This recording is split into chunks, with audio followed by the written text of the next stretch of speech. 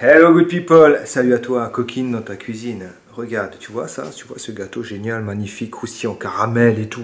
C'est maintenant. Go! Pour nos cannelés, il nous faut du sucre semoule, de la farine, des jaunes d'œufs, un rhum brun de pâtisserie, hein, la marque connue, il va très bien, de la vanille. Alors une bonne vanille, je conseille une vanille Tahiti, la plus parfumée de toutes. De la fleur de sel, très important la fleur de sel, du lait entier et du beurre. Ok les amis, c'est parti pour la fabrication de la pâte à cannelés. Alors on va amener à frémissement notre lait, la vanille émincée. Cette opération nous permet de récupérer un maximum de saveur. La fleur de sel qui joue vraiment un rôle important dans le cannelé et la noix de beurre. Pendant ce temps, on mélange le sucre et la farine.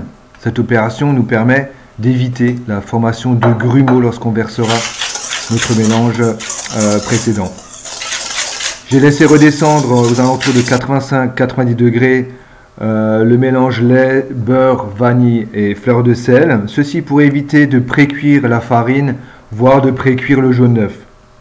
On verse tout ça en une fois sur notre mélange et on rajoute par après donc le jaune d'œuf et le rhum. Donc c'est très important de procéder de cette manière. On va laisser reposer ensuite notre pâte à cannelés pendant au minimum 24 heures au frigo et maximum environ 48 heures. Mais c'est très important de respecter cette pause de 24 heures parce que la pâte à cannelés va évoluer, va maturer. Hein. Il se passe quelque chose, une alchimie qu'il faudrait étudier au niveau des atomes, mais bon, là je ne peux pas vous expliquer. Donc voilà, notre pâte à cannelés est terminée, on la laisse reposer au moins 24 heures donc au frigo.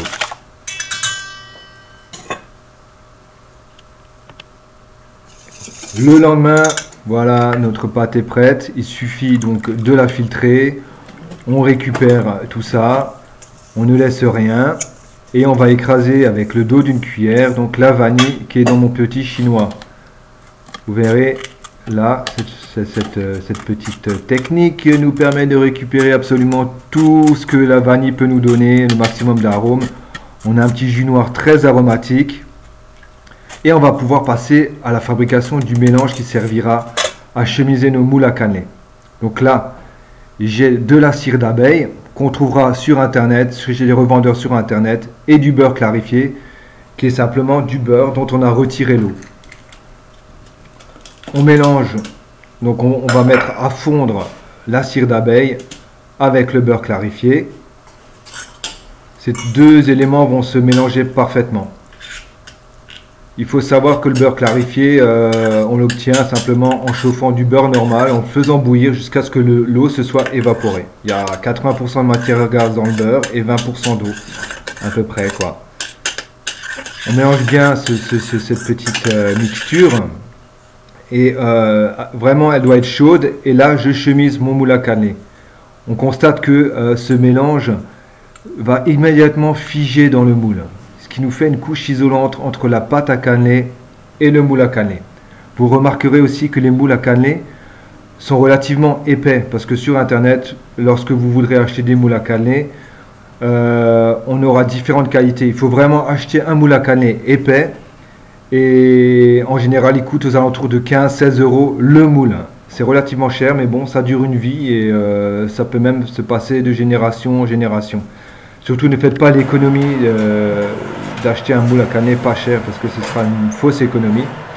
Je peux maintenant passer à la cuisson de mes cannelés. Donc, on est à 180 degrés, four chaleur tournante.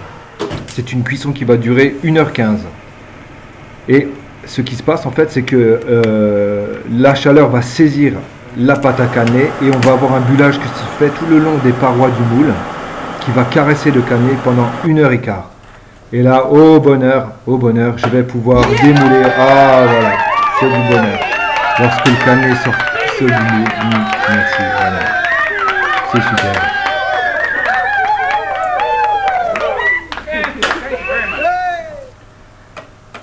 Ah merci les amis, vraiment merci. Allez encore un autre pour le plaisir.